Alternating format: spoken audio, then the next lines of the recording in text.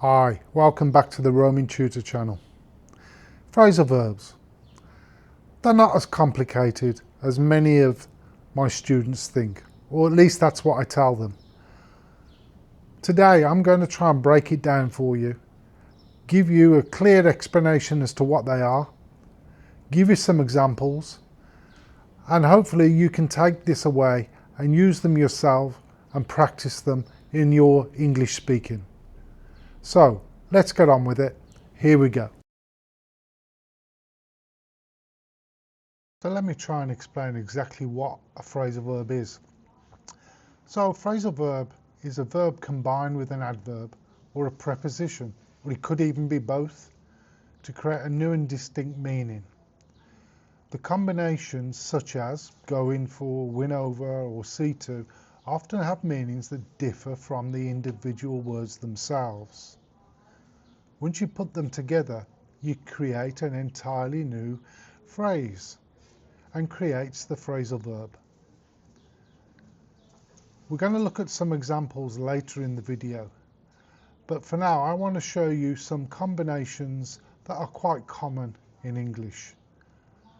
So look at the two lists here. The top list we have the verb. As you can see, some very common verbs used in English. In the bottom row we have the preposition or the adverb. And again, these are very commonly used in English. So for example, if you were to take go, go will work with a number of the adverbs or prepositions in the list below. So look, go out, go back, go off, go up, go down, go over, go on, go in. Go has many phrasal verbs.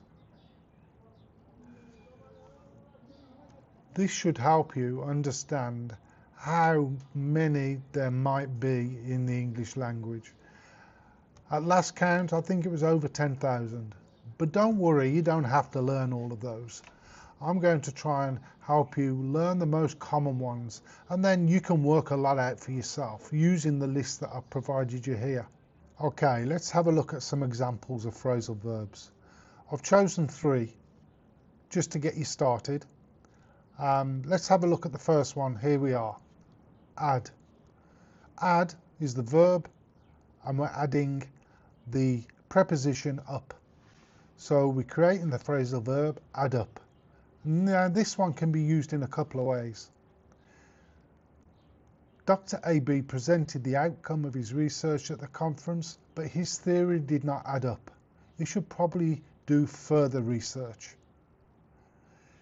So basically, Dr. AB's theory did not make any sense. It didn't add up. On to the next example using add, but this time we've added 2 prepositions, up and to. The meaning of this particular phrasal verb is making a particular total or result. Now Jack says, I have £90 and you have £30, so we can buy the table for £130. Mary's not so sure. I'm sorry, Jack, but it does not add up. We only have £120. Obviously, Jack's maths isn't his strong suit, so his adding up didn't work out. It didn't add up. Okay, let's change it. Let's look at break or break down in this example. So break down with a noun, looking into something in detail. In the example here, we need to break down the figures to understand why we are spending too much. Break down the figures, meaning look at them in more detail. See exactly what's going on to see why we are spending too much money. Breakdown can also be used to explain something that is no longer working properly. In the example, the air conditioner broke down yesterday, so we called the service. Breakdown can be used for anything mechanical, for example, a car, a fridge, even the coffee machine. If it's broke down, it needs to be repaired. And then finally, for breakdown, another meaning. It can also describe a person who is very upset and crying. And the sentence here, she broke down in tears when she was told off by her boss. Her boss got angry, he shouted, he told her off, and she burst into tears. She was very upset. Break down.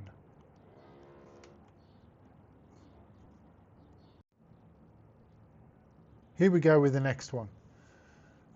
Pick something up. To take or lift something with your hands.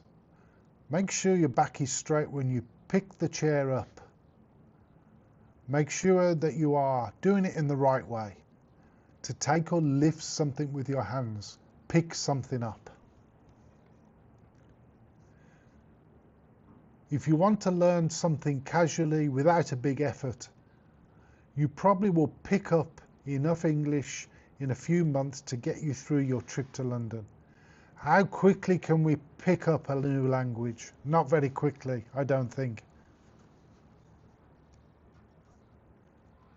How about collecting somebody, particularly somebody in a car from school in this example? Will you pick the children up from school? Yes, I will pick them up. The father is going to collect his children at the end of the day when school ends. To collect someone, typically in one's car.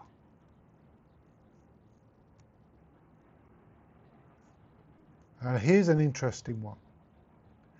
Try to start a relationship with someone you do not know. How many of us have had this situation? Well, to be honest, not me really. Helen said that a strange man tried to pick her up in the restaurant. So the meaning behind this is try to start a relationship with somebody you don't know. A stranger comes to you and tries to talk to you in the bar. He tries to pick you up.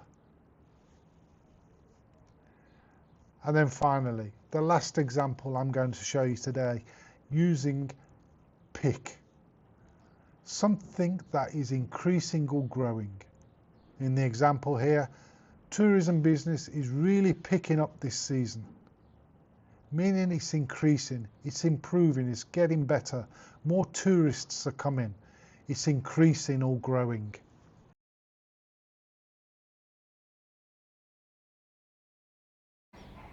See, I told you it's not too complicated. If we break them down into the component parts, they don't really make a lot of sense. But once you start putting them together and start to understand some of the meanings behind them, then it makes more sense. In my next videos, I'm going to try and give you some more examples, and hopefully it will help you to broaden your English knowledge and help you speak a little bit more like a native speaker. If you like the video, click the thumbs up and please subscribe. Thank you very much. See you next time.